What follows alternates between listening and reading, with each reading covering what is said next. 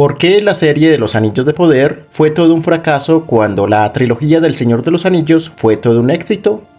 Para nadie no es ningún secreto que después de 2 temporadas de serie, Los Anillos de Poder de Amazon despertó polémica al ser la serie más cara de la historia, fracasando en todos los aspectos relevantes de todo proyecto audiovisual, como ser un desastre en crítica, en premiación y en números de audiencia. Cuando las películas de Warner, estrenadas hace más de 20 años, arrasaron en taquilla, cosecharon buenas reseñas y se coronaron en todos los premios Oscar. Lo que nos dice que por el solo hecho de adaptar los libros de Tolkien no se tiene asegurado ningún tipo de éxito, sino más bien la razón por la que una triunfó y la otra fracasó es muy sencilla, y es que Peter Jackson, la mente detrás de las películas, viene precisamente del mundo del cine, y los showrunners de la serie vienen precisamente de los libros.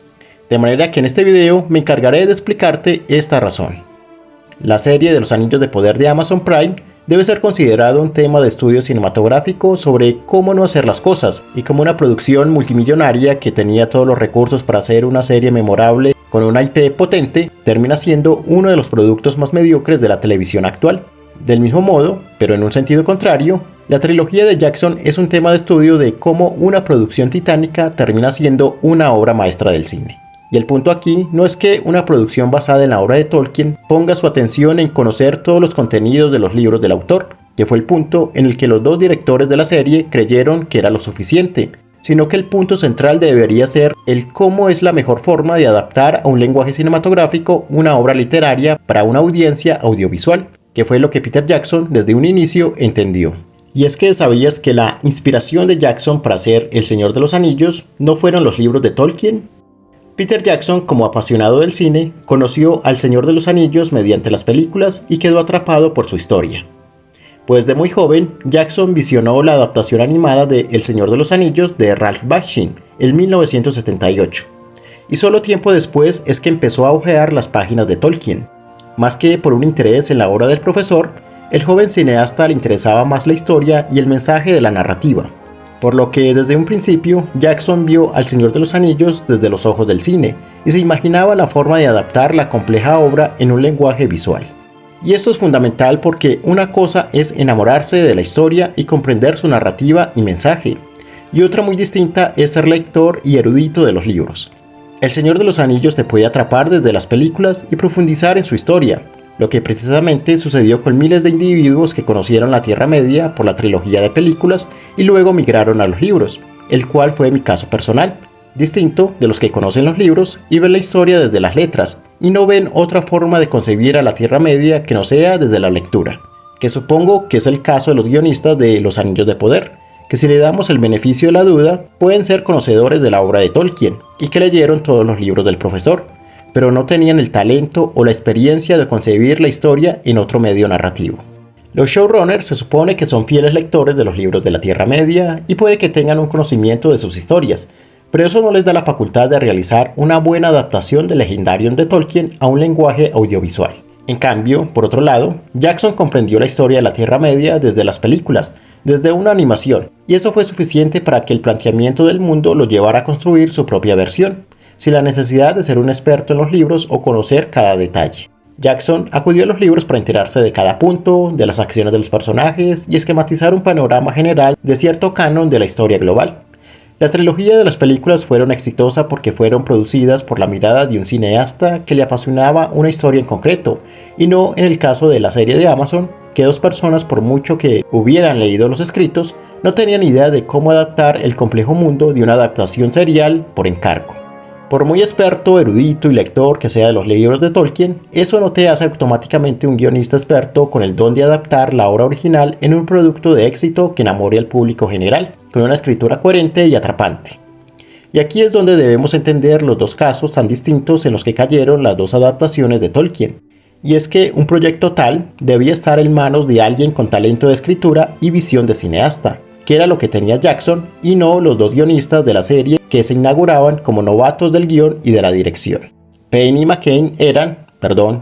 son guionistas novatos que desde hace años intentaron entrar a la industria del cine y la televisión de algún modo, y sus perfiles y talento apuntaban a ser del tipo de guionistas baratos y mediocres que escriben narrativas genéricas y predecibles que abundan en Hollywood y se usan para el relleno de diálogos y acciones vacías de personajes, algo que queda patente con 2 temporadas de Los Anillos de Poder, en donde todo el presupuesto del mundo no disimula la mediocridad narrativa y los diálogos vacíos con los que dibujan los personajes de Tolkien. Estos 2 aspirantes a guionistas, antes de incorporarse a Amazon, no habían escrito nada y no aparecían acreditados en ningún proyecto de superproducción o de al menos un proyecto independiente innovador. Rebuscando, solo se puede registrar que pudieron trabajar como guionistas en un proyecto de Star Trek que no vio la luz, o como escritores de un guión perdido sobre una película de acción genérica sobre el Goliat bíblico del Antiguo Testamento, del cual se nos habla a detalle en el canal de Gabriel Incertis, el cual a lo largo del tiempo le ha venido haciendo un análisis a este proyecto y tratando de explicar cómo y en qué falló la promesa que nos vendió Amazon. El Señor de los Anillos, Los Anillos de Poder, es el primer proyecto acreditado de renombre que esos 2 personajes pueden poner en su currículum, de cuyo rédito los motivó a crear su propio estudio de producción.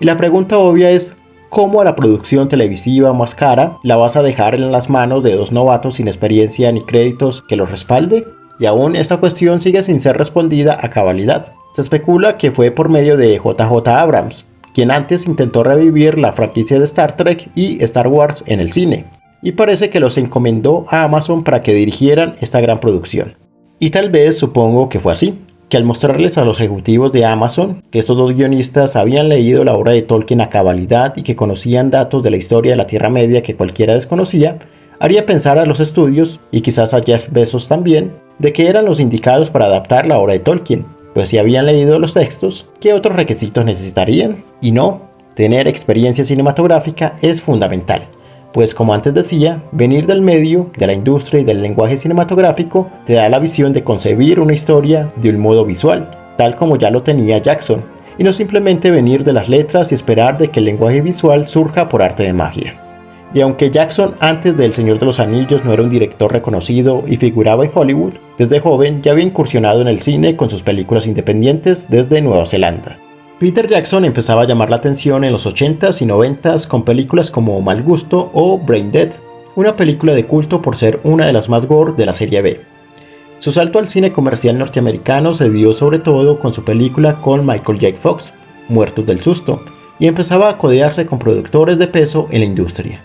Jackson, como vemos, acumulaba experiencia audiovisual con una visión muy personal y con gran recorrido en el guión, y aunque tenía cierto repertorio detrás y le llegaban encargos para dirigir grandes producciones, como la oferta de dirigir una nueva versión de El Planeta de los Simios, que luego pasaría a manos de Tim Burton, Jackson no dejaba de pensar en El Señor de los Anillos y en esa película animada que vio de joven y cómo renovarla al cine actual. Jackson siempre tuvo la pregunta de ¿por qué nadie se arriesgaba a adaptar una de las historias más épicas de la fantasía al cine live action fuera de la animación? Años atrás habían intentos, como la idea de realizar una adaptación del Señor de los Anillos con los Beatles dirigida por Stanley Kubrick, el cual rechazaría la idea por considerar a la obra de Tolkien inadaptable. Jackson entendía la importancia de esos libros y el respeto que generaba, que hasta un gran maestro del cine como Kubrick se mantenía al margen. Distinto a los 2 guionistas mediocres que después de ver 2 temporadas de la serie que intenta adaptar el mundo de Tolkien, se advierte la falta de respeto a lo escrito por el profesor y la importancia de su mundo cuando en la narrativa de la serie se nota el intento de superarlo y modificar su historia fallidamente. Es así que ya hemos analizado 2 aspectos de por qué Jackson triunfó en donde Amazon fracasó, es decir, en la visión cinematográfica que se debe tener para adaptar El Señor de los Anillos y la experiencia en la industria para saber construir una adaptación emocionante, algo de lo que Jackson tenía y de lo que los showrunners carecen. Ahora miremos la diferencia entre las producciones de las 2 adaptaciones. Como venía contando, mientras Jackson se iba construyendo una carrera en el cine a lo largo de los años, no se sacaba de la mente una adaptación del Señor de los Anillos, una adaptación épica de su historia pero respetuosa de los escritos de su autor. Por lo que vemos que la adaptación de Jackson sería una meta muy personal y un proyecto por el cual lucharía y llegaría a realizar con mucha pasión. A pesar de que la primera película de la trilogía, La Comunidad del Anillo, se estrenara en el 2001, su producción había iniciado muchos años atrás en los años 90, pues a inicios de la década Jackson ya había confesado querer adaptar el mundo de la Tierra Media, inclusive comenzando con una película de El Hobbit. De muchos intentos, Jackson, su esposa y colaboradores pudieron terminar un tratamiento de guión que fue presentado a Miramax,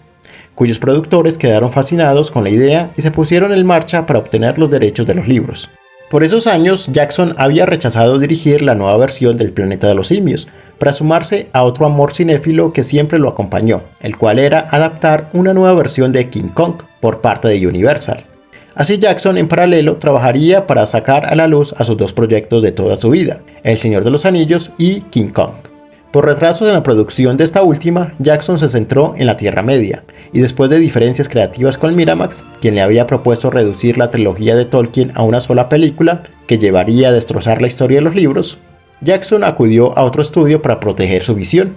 Y fue así que al final New Line Cinemas dio el visto bueno para realizar una trilogía de películas que diera cuenta de la épica e historia de Tolkien. Y así, desde los 90s, Jackson daría forma a una versión cinematográfica nunca antes vista en la fantasía, la cual sorprendería al mundo con su historia, efectos visuales y una trama emocional y realista. La versión de Jackson del mundo de Tolkien vendría no de sus libros, sino del cine mismo. Jackson no trataría la fantasía de Tolkien desde el infantilismo con el que se veía el género, sino desde el realismo, como si la historia de la Tierra Media hubiera sido una época pasada de nuestra historia real, tal como Tolkien había concebido a su mundo literario. Jackson vio que este realismo en la fantasía se podía lograr, cuando lo increíble se podía integrar con nuestro mundo al ver lo que Spielberg había logrado con Jurassic Park, que con el avance de los efectos por computadora logró integrar dinosaurios en el mundo real, interactuando con actores de carne y hueso. Pero al mismo tiempo, la fantasía epocal también debía tener innovación cinematográfica, inspirándose en los planos aéreos de George Lucas en Star Wars. De manera que la visión y los recursos que Jackson tomó del mismo cine ayudó a que su adaptación fuera memorable, y que no era necesario ser un experto en la lectura de los libros para crear una producción de éxito, como equivocadamente sigue pensando Amazon y sus dos guionistas que lideran el proyecto. Y es que la producción de la serie de los Anillos de Poder fue muy distinta a la historia inspiradora de Jackson y la travesía de un autor para llevar a cabo una visión. Más bien, por el lado de Amazon, se cuenta una historia de un millonario que compró una IP para cumplir un capricho. Pues la visión moderna, innovadora y sobre todo realista de El Señor de los Anillos de Peter Jackson cambió la mirada que se tenía del cine de fantasía. De hecho, El Retorno del Rey fue la primera película de este género tan subestimado en ganar el Oscar a la mejor película del año, después de arrasar con todas las categorías nominadas, haciendo historia y subiendo al podio junto a obras como Ben-Hur y Titanic. Esto renovó un nuevo ánimo por apostar a este género en los años 2000. Pero quien pudo seguir la estela a la trilogía de Jackson fue HBO con Juego de Tronos para adaptar los libros de Canción de Hielo y Fuego de George R.R. Martin, que explotaría más el realismo fantástico creando un fenómeno cultural en la televisión. Después del vacío de poder de la fantasía televisiva dejado por el final de Juego de Tronos, Amazon se apresuró por llenar ese espacio y atraer nueva audiencia en la era del streaming. Los derechos del Señor de los Anillos estaban a la venta para producciones televisivas, pues la licencia de cine aún la conservaba Warner Bros., productora de la trilogía original y de la trilogía del Hobbit. En esta subasta por los derechos de la mayor obra de fantasía, puso a varios estudios a competir por quién se los llevaba, pues El Señor de los Anillos era la única IP con el suficiente peso para hacerle competencia a HBO con Juego de Tronos. Tanto Warner como Netflix pujaron por dichos derechos, pero al final Amazon se impuso y se llevó la licencia para explotarla en una serie que consumiría muchos millones y prometía ser la reina de las series. Podemos ver entonces cómo Jackson luchó por su visión para adaptar la Tierra Media en una obra cinematográfica innovadora, cuando simplemente Amazon luchó por llevarse una licencia para atrapar de manera fácil a la audiencia, aprovechándose de la fama ya creada por el mismo Jackson y sus películas de la obra de Tolkien. Ahora, lo que le tocaba a Amazon era producir una serie que llevara el título de El Señor de los Anillos, y ya con eso atraería la atención de mucha gente, por lo que la historia sería lo de menos. De muchas propuestas recibidas para saber qué tipo de historia contar, al final ganó una idea esperable pero también arriesgada, que sería adaptar la Segunda Edad de la Tierra Media, centrándose en la creación de los Anillos de Poder. La idea a Amazon le pareció viable, ya que en el título podrían poner algo referente a los anillos, que es algo muy recordable de las películas. El riesgo es que estarían adaptando una historia con muchos vacíos y huecos históricos dentro del mismo mundo, cuando a Jackson le había tocado más fácil porque siguiendo los libros sabía qué tenía que adaptar. De hecho, su tarea era quitar en lugar de poner, que fue y sigue siendo el reto de escritura de Amazon, que como ya vimos salió muy mal. Luego, Amazon debía pensar en quién poner al frente, Y supongo que pensaron que si Juego de Tronos tuvo éxito al tener una pareja de guionistas que conocían muy bien los libros del autor original, pues ellos harían lo mismo. Al final, Payne y McCain se presentarían como expertos en los libros de Tolkien y como aspirantes a guionistas de series. Weiss y Benioff tuvieron éxito en Juego de Tronos cuando sus temporadas se apegaban mucho a los escritos de Martin, pero la serie empezó a decaer narrativamente cuando los guionistas dejaron de tener el sustento de los libros y empezaron a agregar de su propia pluma la dirección que debía tomar el mundo y la historia. Algo que vemos que abusan mucho los showrunners de los Anillos de Poder, que fuera de los libros de Tolkien su capacidad narrativa y creativa es tan pobre que incluso sabiendo el decurso de la historia de la Segunda Edad, arruinan toda una narrativa en incoherencias argumentales de no creer y en una producción aburrida a la que el espectador se muestra indiferente. Al final, los Anillos de Poder amenazan con estrenar su tercera temporada el siguiente año, y que suponemos que seguirá siendo una de las series más caras pero también de las más olvidables, aburridas y ridículas que vemos en el catálogo actual y en la oferta de Amazon. Esta serie fue todo un desastre en todos los sentidos. En premiaciones no figura y no ha ganado nada. La crítica no es nada favorable y los números de audiencia bajan con cada temporada. Prometía ser la insignia no solo de Amazon, sino la reina de las series como en su momento lo fue Juego de Tronos, pero al día de hoy Los Anillos de Poder de Amazon figura como una serie en segundo o tercer plano de la cual nadie habla, y que para Amazon su serie icónica sigue siendo The Boys, ya que es la que el público general resalta y tiene más recordación. Mientras que por otro lado, la trilogía del Señor de los Anillos de Jackson sigue sorprendiendo 20 años después de su estreno por su historia y efectos aún innovadores, de cuyas películas este canal aún sigue descubriendo detalles sorprendentes y genera análisis que les sigo compartiendo. Es así que esta es la historia de estas dos adaptaciones de la Tierra Media y mi análisis de por qué la trilogía de películas triunfó en todos los casos que podemos revisar, y cómo una serie con todos los recursos a su disposición y en producción aún vigente resultó en todo un desastre y un fracaso audiovisual, que lo mejor que pudiera pasarle, sobre todo a la reputación de Amazon, es su pronta cancelación. Dale me gusta a este video si te gustó y comenta qué te parece y qué otros aspectos ves que las películas superan a la serie. Suscríbete al canal si no lo has hecho para que sigamos trayendo análisis así de interesantes. Un saludo y hasta pronto.